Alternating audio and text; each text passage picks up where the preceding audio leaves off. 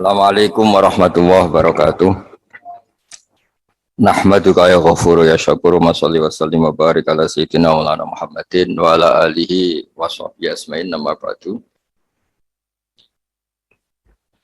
Yang sangat saya hormati orang tua kita, guru kita, Dr. Quraish Shihab, juga paman dari kiai saya, Kiai Maimun, yaitu Kiai Haji Mustafa Bisri, semua yang hadir, semua penyelenggara, teman-teman yang saya hormati. Sebetulnya saya datang mulai awal, mulai Mbah Mus ngendikan, mulai beliau memaparkan pesan-pesannya, juga mengikuti terus ketika Bapak Quraish Shihab atau Abi Quraish Shihab memaparkan pesan-pesannya. Tsunami fatwa di medsos, sebetulnya kita-kita yang di masyarakat atau di kampung itu tidak pernah mengalami tsunami, karena cara berpikir masyarakat kebanyakan kalau orang tertentu tidak punya kredibilitas yang ditekuni itu ya sudah tidak diikuti. Ibarat kita mau berobat ya tidak ke polisi gitu. Kalau kita ke kemalingan ya tidak ke dokter. Jadi sebetulnya masyarakat itu sudah profesional lah. Kalau sengketa hukum ya kita ke pengadilan. Lalu masalahnya masyarakat sendiri yang terjebak ya, atau bahasa kasarnya tertipu ya oleh fatwa-fatwa yang dari orang yang tidak kredibel itu. Mereka itu rata-rata memang nggak ngaji. Misalnya masyarakat kebanyakan ngaji kiai ya, ngaji Fathul Qorib atau ngaji Sulam Taufik. Mereka akan ngerti kaidah-kaidah fikih atau kaidah-kaidah sah tidak sah, batal tidak batal. Saya beri contoh misalnya begini. Bapak saya itu kalau tindak, kalau pergi itu ya sering marung ya. Marung, kadang-kadang penjualnya itu juga ada pakai jilbab, kadang suasananya juga enggak begitu syariah ya. Tapi kata bapak saya, ketika seseorang menjual gedang goreng, pisang goreng, menjual makanan, menjual minuman, itu artinya mereka ingin dagang. Dan dagang itu halal ya. Dan itu artinya ingin ikut sunnah Rasul bahwa transaksi itu baik dan mencari halal itu ibadah. Jadi kalau kita bisa ingat-ingat sisi baiknya, kenapa kita ingat-ingat sisi kurang baiknya? Itu juga bagian dari kearifan yang menjadikan kita ini bijak. Menghadapi apa saja itu lihat sisi baiknya, sebagaimana adab atau akhlak Rasulullah SAW. Pernah juga ada orang yang meninggal karena minum oplosan. Ya meninggal betul karena oplosan. Terus banyak kiai, sebagian tanya saya, Gus ada hadir gak di jenazahnya? Saya bilang kamu hadir saja, tapi dia matinya karena minum oplosan, Gus. Anda hadir sebagai pengawal syariat Islam, bahwa mayit ini mayit muslim yang harus disolatkan, dikafani, disolatkan, kemudian dikebumikan secara terhormat sesuai syariat Islam. Jika orang-orang baik ini tidak datang di kematian seperti ini, maka bahayanya kalau mereka bikin ritual pemakaman sendiri. Karena matinya itu karena minum, nanti dimandikan pakai arak, itu juga kita yang kerepotan itu. Karena kiai-kiai tidak datang, mereka mengubur dengan caranya mereka sendiri, mungkin dikubung berdiri atau dicemplungkan gitu saja tanpa menghadap kiblat. Hanya kiai sepakat, oke Gus kita datang, tapi bukan penghormatan terhadap orang itu, tapi terhadap syariat Islam. Begitu juga saya pernah diundang hadir di acara akad nikah, yang punya gawe sudah bilang, Gus nanti ada acaranya ada ketoprak itu ya semacam kesenian kuno itu. Tapi akadnya itu Gus nggak bareng, jadi akad dulu baru nanti ada kesenian ketoprak. Jadi kan nggak perlu ikut nonton katanya. Terus saya bilang, ya oke saya datang di akadnya, karena saya kiai ya tidak akan melihat ketopraknya kata saya. Tapi yang penting bahwa masyarakat ini masih baik, dia ingin akad nikah anaknya itu nikah yang berkah, nikah yang sah, sehingga inginnya disaksikan kiai, diberkahi doa kiai. Dan mereka ada ideal ya, itu juga orang yang dagang tadi, mereka ada ideal ya, tapi ada kebaikan-kebaikan yang mereka lakukan. Dan itu yang kita ingat-ingat, karena kebaikan itu yang kita ingat-ingat. Nah, untuk mengarah ke moderasi Islam, kita misalnya bisa baca kitab di Al-Minanul Kubro, karangan Imam Syaroni, dan itu kitab panduan para wali. Hampir semua wali yang jalur ilmu pasti baca kitab itu Al-Minanul Kubro. Tadi Bapak Kures menyinggung 3 pewaris Nabi, diantaranya faminhum dzalimun li nafsi. Di situ orang dolim masih diapresiasi sama Allah Ta'ala. Yaitu kata Imam Syaroni, tidak ada orang Muslim yang paling fasik sekalipun kecuali dia juga melakukan hukum Islam walau di mas'alatin wahidah, meskipun dalam masalah yang satu. Misalnya banyak orang Islam yang mungkin sekarang belum sholat, mungkin sekarang belum puasa. Tapi yang dinikahin itu tidak keponakannya, tidak ibunya, tidak mbahnya. Sehingga mereka nikah dengan wanita yang halal dinikah. Kalau dalam fikih disebut wanita ajnabiyah. Wanita yang benar-benar sah dinikah karena tidak ada hubungan mahram, tidak ada hubungan rodok, tidak ada hubungan yang menjadikan haram. Sehingga mereka masih punya poin bahwa mereka nakahu binikahin sahih. Mereka menikah dengan nikah yang sah. Artinya apa? Orang yang kita kira fasik permanen atau fasik statusnya, ternyata ada hukum Islam yang mereka lakukan, yaitu mereka nikah dengan perempuan yang sah dinikah. Dan ketika nikah juga sah karena dinikahkan walinya atau KUA atau dengan persyarat-persyarat yang menjadikan sah. Jika kata zalim yang disematkan pada pewaris-pewaris kitab suci itu seperti yang dikatakan Profesor Kures tadi, tidak seperti yang kita bayangkan. Banyak juga misalnya ada cerita tasdek, tentang membenarkan Nabi. Dulu itu ada orang sering minum. Bawaannya orang seneng Nabi itu meskipun dia mabuk, sukanya itu deket-deket Nabi. Sehingga kalau mabuk ya deket-deket masjid. Setelah seringkali ditangkap oleh sahabat sama Nabi ya sebagai ajaran, sebagai sanksi, mereka dipukulin sama jari dunahli, ada yang disebutkan bin ni'al. Ya dipukulin pakai sandal, ya semoga sandal jepit bukan sandal kulit. Pokoknya walhasil itu saking seringnya melanggar di depan Nabi, kata para sahabat, kamu itu mal'un, kamu kena laknat. Tapi apa kata Rasulullah, tal'anuhu, kamu jangan melaknati dia. Fa innahu yuhibbu wa rasulah. Meskipun dia sering salah, tapi masih mencintai Allah dan Rasul. Artinya orang-orang sefasik ini pun kalau disuruh pindah agama juga gak mau. Disuruh ngidolakan selain Rasulullah juga gak mau. Disuruh jauh-jauh dari masjid ya nggak mau.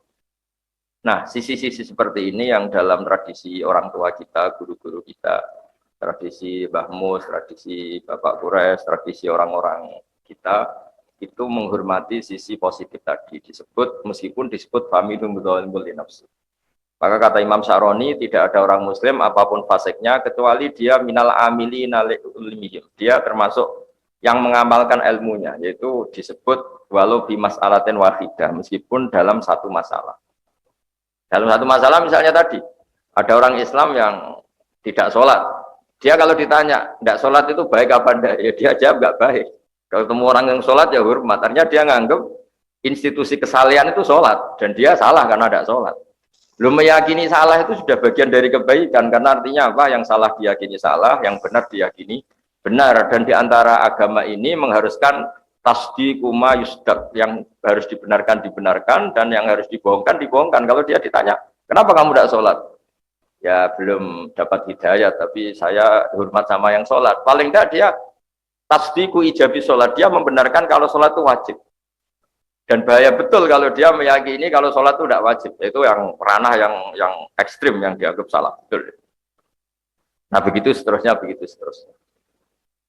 Jadi kalau kita punya kearifan membaca, kearifan dengan fikih-fikih dasar, insya Allah gelombang fatwa yang atau tsunami tadi tidak punya akibat apa-apa. Kalau di daerah kami di Rembang misalnya, orang ngaji keluarga besar Mbah Maimun, ngaji keluarga besar Ki Mustafa, ngaji keluarga besar Filasem, orang nyaman saja dengan kiai-kiai.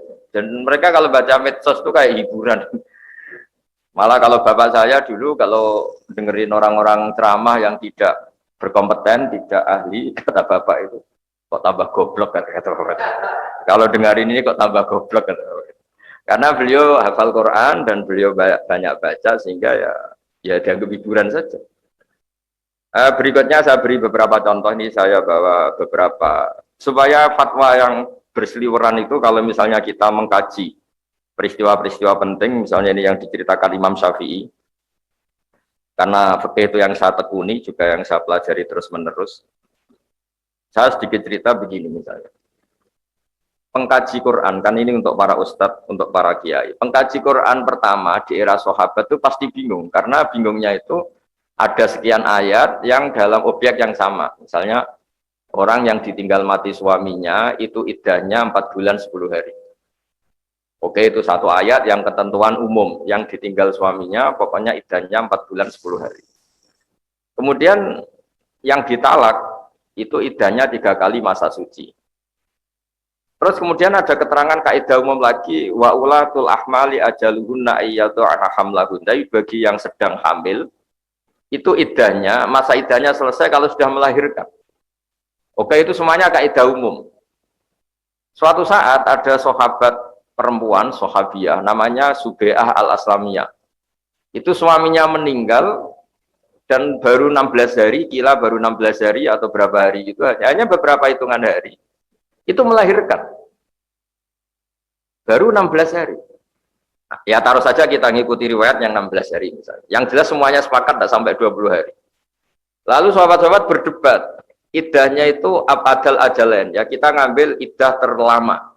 Yaitu nunggu 4 bulan 10 hari. Tapi banyak sahabat yang bilang ini kategorinya wa ulatul ahmal ajaluhunna ayyaduna hamlahun, karena dia sudah melahirkan, ya sudah iddahnya selesai. Nah, jadi kalau kebimbangan seorang kiai atau mujtahid itu pasti nggak bisa dihindari, bahkan itu zaman sahabat. Untungnya tentu zaman itu masih ada Rasulullah SAW yang memutuskan bahwa yang jenis seperti ini ikutnya partai, ikutnya kelompok, ya karena dia hamil sudah melahirkan ya selesai iddahnya. Tapi begitulah kira-kira di ayat-ayat umum. Di ayat-ayat umum ini kita-kita ini pasti terjebak. Ada orang yang punya semangat Al-Furqan, yang penting antara hak dan batil itu jelas, demarkasinya jelas, pemisahnya jelas. Misalnya ngambil sikap terlalu tegas. Ada yang bacanya bil hikmah terus, layinul janib terus, sehingga ngambil sikap lunak selunak-lunaknya, sampai ngerti barang-barang yang nggak benar juga lunak. Gitu. Nah, hal-hal seperti ini kemudian terus banyak yang mempermudah istilah disebut wasatiyah, karena antara yang terlalu ekstrim dan terlalu lunak. Ya apapun istilah-istilah itu, sebagaimana dikatakan Pak Quraisy bahwa wasatiyah atau ausat itu memang maknanya itu yang terbaik. Seperti tadi di surat qala ausatuhum alla faqul lakum laula tusabbihun. Dan kalau kita baca manaqibu Rasulillah atau fadhailu Rasulillah, nasab Nabi juga disebut ausatul arabi nasaban. Jadi Nabi itu nasab terbaik, itu juga redaksinya ausatul arabi nasaban. Kemudian berikutnya saya bawa juga kitab Sahih Muslim. Di sini dijelaskan pentingnya baca. Saya ulang lagi yang baca. Dulu orang pinter itu ya di mana-mana orang pinter itu ya punya sisi agak-agak kontroversi. Tapi kontroversinya orang pinter itu ya karena saking pinternya. Ada orang soleh, saya ulang lagi, ada orang soleh. Itu kalau punya uang, itu inginnya ya sodakoh saja. Ternyata yang dia sodakoi, yang beliau sodakoi itu zania. Zania itu ya orang nggak bener lah kira-kira gitu, zania orangnya. Kemudian jadi gunjingan, fa'asbahu yatahaddatsun. Kemudian jadi rame kan, ini orang soleh kok sedekahnya sama orang pezina. Kemudian gosip itu belum selesai, gunjingan itu belum selesai, dia sedekah lagi, yang dikasih itu sarik, pencuri. Jadi gunjingan lagi, ini orang soleh nggak sedekah sama ustadz atau ke fakir miskin, malah kesarik karena pencuri, geger lagi. Geger belum reda, dia sedekah lagi dikasihkan orang kaya, geger lagi, ini nggak ngasih orang fakir, malah ngasih orang kaya. Tapi apa ya reaksi Allah Ta'ala? Allah itu memberitahu si orang soleh tadi, amma sodakotuka fakot kubilat. Ada yang baca fakot kobil tuh ya. Kalau sedekah kamu sudah saya terima, atau fakot kubilat, sedekah kamu sudah diterima. Terus kemudian orang soleh tadi ketika memberi penjelasan sama khalayak ramai, kata beliau, zania, orang sampai jadi zania, jadi apa, menjual diri itu karena butuh uang. Kalau dia tidak soleh, mungkin ngasih uang pezina ini ya karena order, mungkin pesen jasanya. Tapi karena dia orang soleh, segamane cara Jawa itu nduk kowe zina muga golek duit. Saiki tak kei duit tapi ora usah zina. Kamu zina itu karena nyari uang. Kamu sekarang tak kasih uang tapi tidak usah zina. Maling juga gitu, copet sampai nyopet karena nyari uang. Sudahlah kamu tak kasih uang. Dan itu harusnya kamu cukup dan tidak perlu nyopet lagi. Kemudian saya ngasih orang kaya supaya dia belajar bahwa orang itu tidak hanya mendapat tapi juga menjadikan orang fakir itu menerima. Dia roh rasanya menerima ternyata asik, menerima uang ternyata asik. Sudah ada kerja, dapat uang, tahu-tahu dikasih orang itu kan seneng, nggak dari kerja, nggak dari investasi, kasih uang seneng. Gara-gara dia seneng dikasih itu dia bayangkan betapa senengnya orang yang dikasih, apalagi kalau orang yang dikasih itu orang-orang fakir. Jadi barokahnya baca itu orang akan ngerti. Orang akan ngerti ternyata kontroversi orang-orang terpelajar ini bisa ditopang secara ilmu. Maka dulu bapak saya mengajari itu logikanya itu sederhana sekali. Kata beliau, berteman sama orang fasik, orang tidak benar itu jangan, kata. Karena kita takut ketularan tidak benar. Tapi kata bapak saya, logikanya bisa dibalik. Orang benar itu harus diajak ke baik. Dan bisa ngajak kalau berteman. Kalau nggak mau berteman aja, tidak mau, bagaimana cara mengajak gitu. Jadi itu kan, terus orang kemudian bisa menerapkan dua nasihat tadi.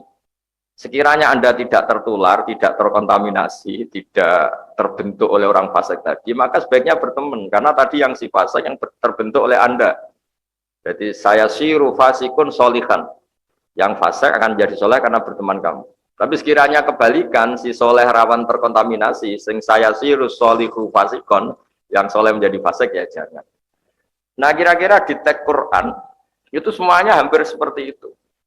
Ada cerita-cerita Nabi atau orang-orang soleh yang begitu tegas dengan kebatilan. Karena kebatilannya pada titik yang sudah delurung, ingin menghabisi kebenaran. Itu yang cerita-cerita perang Nabi. Satu kebatilan yang ekstrim yang ingin menumpas kebenaran. Kayak Abu Jahal dan kawan-kawan. Itu bukan sekedar batil, mereka ekstrim ingin menumpas kebenaran. Kalau itu ya babnya kafir harbi. Seperti orang Jawa, kita semua ini orang lunak, orang Indonesia, orang Timur lunak. Tapi selunak-lunaknya kita ya tidak manggakno penjajah. Masa penjajah dimanggakno? Karena mereka ingin menghabisi kita, mengusir kita dari negara kita. Yaitu yang bab-bab perang kira-kira konteksnya seperti itu. Tapi bab-bab di luar itu pasti semuanya itu bihikmati wal mau'izatil hasan. Jadi saya mohon tema ini mungkin ya baik dalam konteks di kota atau orang-orang yang sibuk pakai virtual, pakai medsos. Jadi kalau di kita di Rembang, di daerah Kudus, daerah-daerah kawasan sini, kayaknya itu masyarakat sudah tahu lah siapa yang perlu didengar sama ndak. Orang nggak pernah ngaji, ngomong hukum itu ditertawain. Itu kenapa itu, makanya aneh itu. Jadi sudah, karena ya di sini orang tuh ngaji sama keluarga besar Mbah Maimun, keluarga besar Mbah Mus, keluarga besar Lasem, keluarga besar. Ya terus masih ada masyarakat umum yang ngaji juga, ada kiai-kiai yang santri-santri beliau ngaji. Jadi cara sini itu ngomong maca kitab ngomong hukum gitu. Kira-kira gitu. Tidak bisa baca kitab ngomong hukum itu pasti enggak menceritakan pendapat Allah dan Rasul. Pasti menceritakan pendapatnya sendiri. Nah, kalau pendapatnya sendiri ya kita bisa ngapain dengerin dia katanya. Jadi kalau gelombang itu makanya judul ini di daerah saya itu judul aneh gitu. Tapi mungkin teman-teman di PSG, Mas Nurdin dan Mas Arifin semuanya saya terima kasih, Pak Mukhlis Hanafi semuanya itu teman-teman saya. Saya juga ikut khidmah di pondok Pak Kures, di pondok Habib Ali, Habib Husain, semua keluarga besar. Saya terima kasih karena mungkin itu secara nasional jadi masalah. Tapi saya pastikan di daerah-daerah kayak di daerah Al-Banjarinya Mbak Arsad, di daerah Sumatera, di beberapa daerah yang sudah punya kultur ngaji sama tokoh-tokoh di sana. Di Banten ada keluarga besar Senawawi, di Madura ada keluarga besar Syekhona Khalil, di Jombang ada keluarga besar Basim, bahwa Habib Bisri, insya Allah di Jogja ada keluarga besar Bali Maksum, ada keluarga besar Pak Azhar Basir, banyaklah tokoh-tokoh yang kulturnya itu ngaji. Dan itu insya Allah otomatis ya, mengeliminir tadi banjir tsunami fatwa, karena mereka aneh saja itu, ngomong dot saja nggak pas, itu ngomong kok nggak pas, terus kemudian ngomong halal haram itu kan tetap aneh itu. Mesti kalau di sini, kalau di Rembang ekstrim lagi. Somo cemuin tau orang itu bisa baca Fathul Mu'in apa enggak. Jadi kita ada ngalami itulah insya Allah. Semoga seluruh rakyat Indonesia dan masyarakat Indonesia juga insya Allah lah. Kalau kita ya itu tadi, kalau kita sakit ya ada ke polisi. Kalau kita kecurian ya tidak ke dokter. Ya kalau cari agama ya yang ahli agama. Ya saya kira demikian dan terima kasih atas ilmu dari Mbah Mus, dari Pak Kures, dari semua narasumber.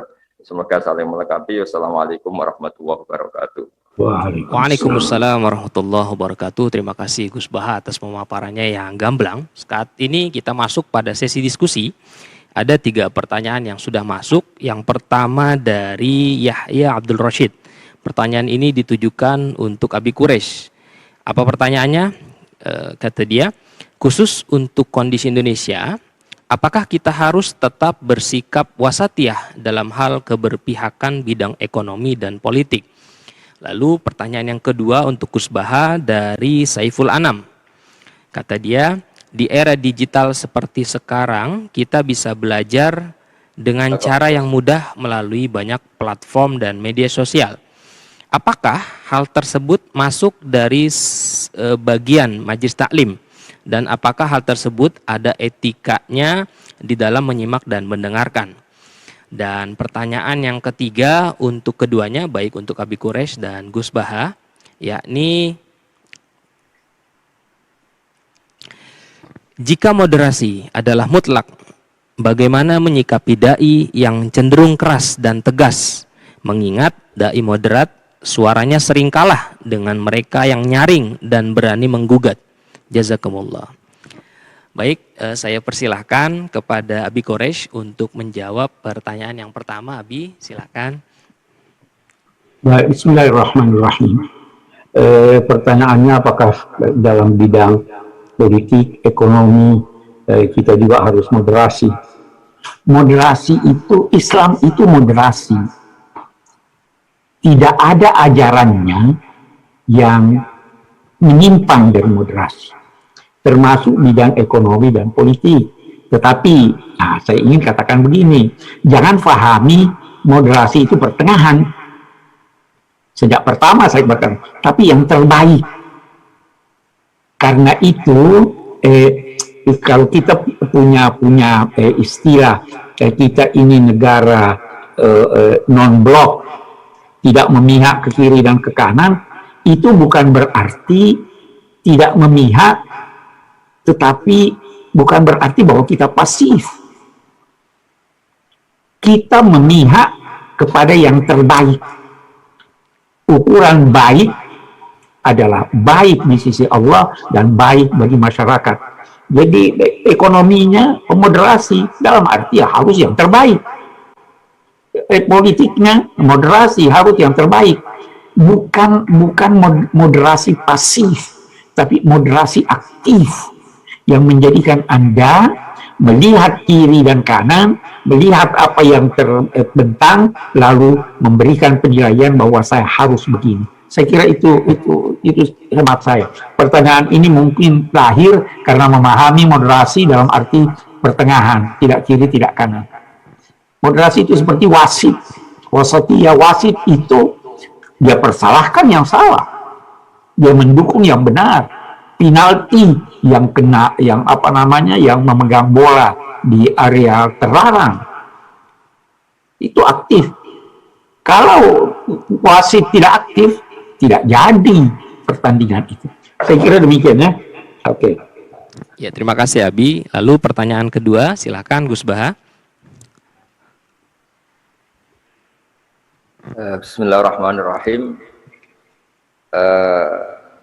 Sebelum saya menjawab, saya apresiasi, saya terima kasih sama kiai-kiai yang di daerah, yang di kampung-kampung, yang bikin atau menjelaskan mabadi fikih, pokok-pokok fikih. Karena ini landasan atau dasar mereka bisa mengenyam lah atau nikmati suplemen yang namanya dakwah atau ngaji lewat virtual itu. Tambah mereka bisa sholat dasar atau cara wudhu yang benar dasar oleh kiai-kiai kampung. Kita juga susah menerangkan misalnya fadhailus sholat, keistimewaan sholat. Sementara mereka gak diajarin sholat di daerah masing-masing. Makanya sebelum saya jawab, apresiasi saya, doa saya untuk semuanya yang mengajarkan pokok-pokok fikih di kampung maupun di kota maupun di daerah-daerah pedalaman. Karena landasan keabsahan ngaji virtual itu ya berdasar asasuddin atau mabadi fikih itu selesai. Misalnya di kota-kota ada misalnya gerakan Islam sholat khusyuk, gerakan misalnya sunnah rasul, gerakan sedekah, gerakan haji atau umroh. Semuanya itu karena selesai di kampung-kampung mereka diajarkan orang itu boleh sedekah setelah urusan primer keluarga selesai. Orang boleh haji kalau yang kebutuhan pokok selesai. Orang boleh apa setelah aturannya ini. Nah, kemudian kita tinggal nimpalin, misalnya sholat khusyuk.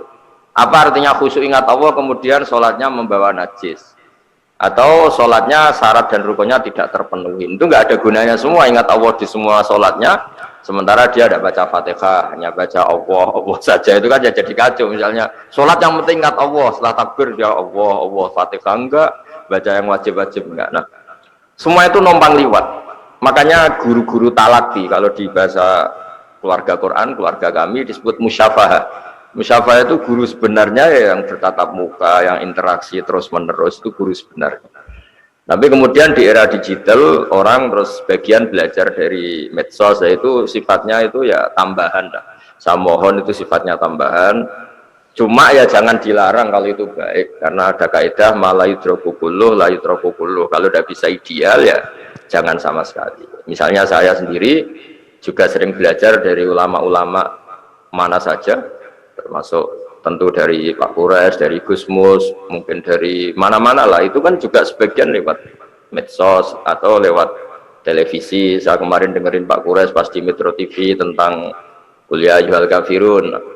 Dan setelah saya cek, memang di tafsir Ar-Razi seperti itu. Nabi saking halusnya, Coro Jawa itu nggak tega bilang kuliah Yuhal Kafirun, sehingga beliau ngendikan gitu setelah diperintahkan Allah harus iklanul haq, harus menyatakan kebenaran, sehingga beliau ngendikan kuliah Yuhal Kafirun. Nah, hal seperti itu ya sifatnya itu ya malah idrokukulu la idrokukulu. Tapi kalau ingin ibadah secara benar, secara baik ya inna hadal ilma dinun fangzuru amman ta'khuduna dinakum. Ilmu ini agama, maka lihatlah dari mana kamu mengambil ilmu itu.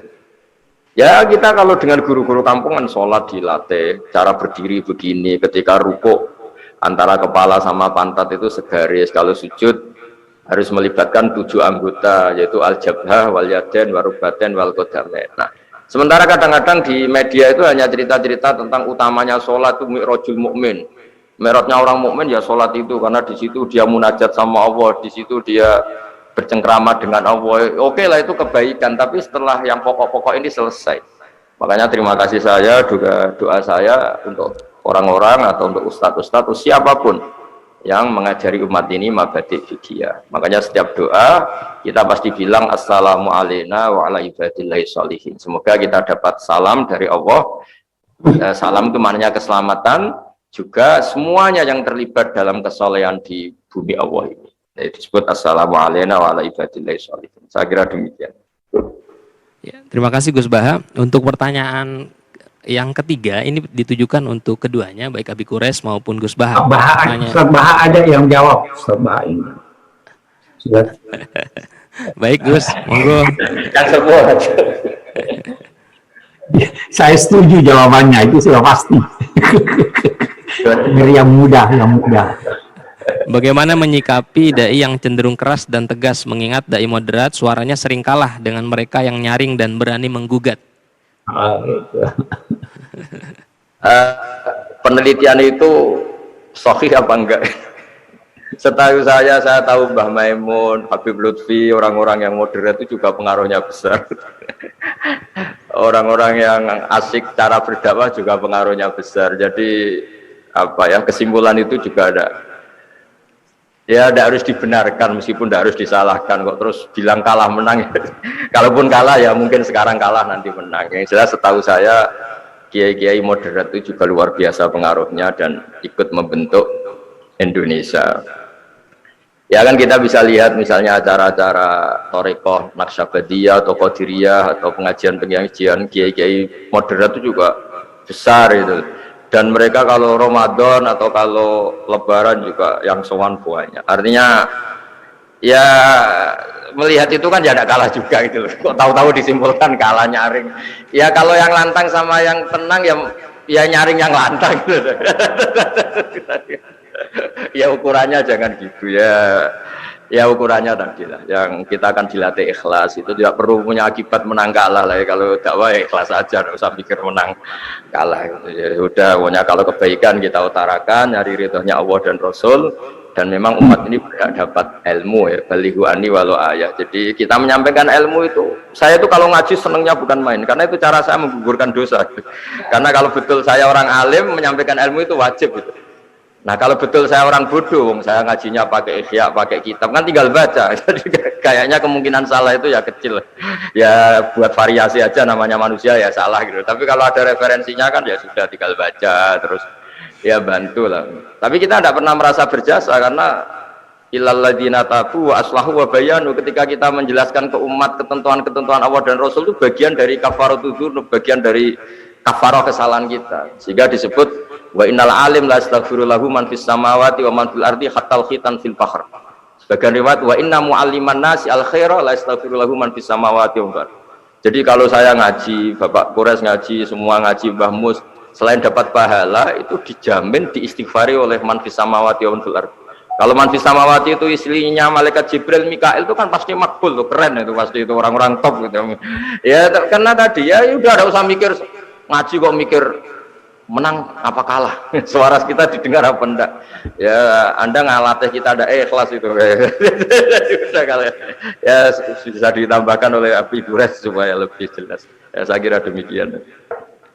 Ya, mohon Abi untuk tambahan sedikit dan sekaligus minta kesimpulan closing statement. Ya, saya kira sebenarnya tidak perlu ditambahkan. Kalau sudah manis, kemanisan itu, orang yang sakit gula tidak boleh manis-manis terlalu banyak. Sudah benar itu intinya, bahwa jangan menganggap suara keras itu pasti menang.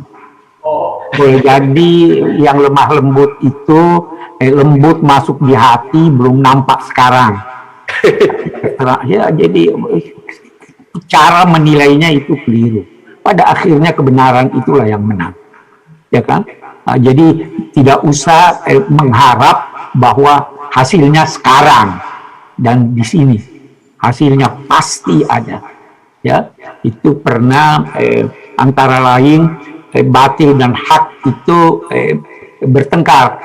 Batil berkata saya lebih tinggi kepala saya. Hak berkata kaki saya lebih kuat karena terhunjam ke bawah. Saya ditopang oleh orang kuat, orang kaya. Hak menjawab, saya ditopang oleh orang baik dan oleh Tuhan. Jadi jangan menganggap bahwa kalau suara besar ini sudah pasti menang. Tidak. Ya toh, kita laksanakan tugas kita. Insya Allah Tuhan bersama kita. Kalau bukan sekarang, besok. Kalau bukan besok, lusa. Pada akhirnya ja'al haq wa zahaqal batil innal batila kana zahuqa. Oke, saya kira itu. Terima kasih Abi. Closing statement Gus Bah, mohon untuk terakhir ini. Nah, sudah cukup. Baik. Assalamualaikum. Baik.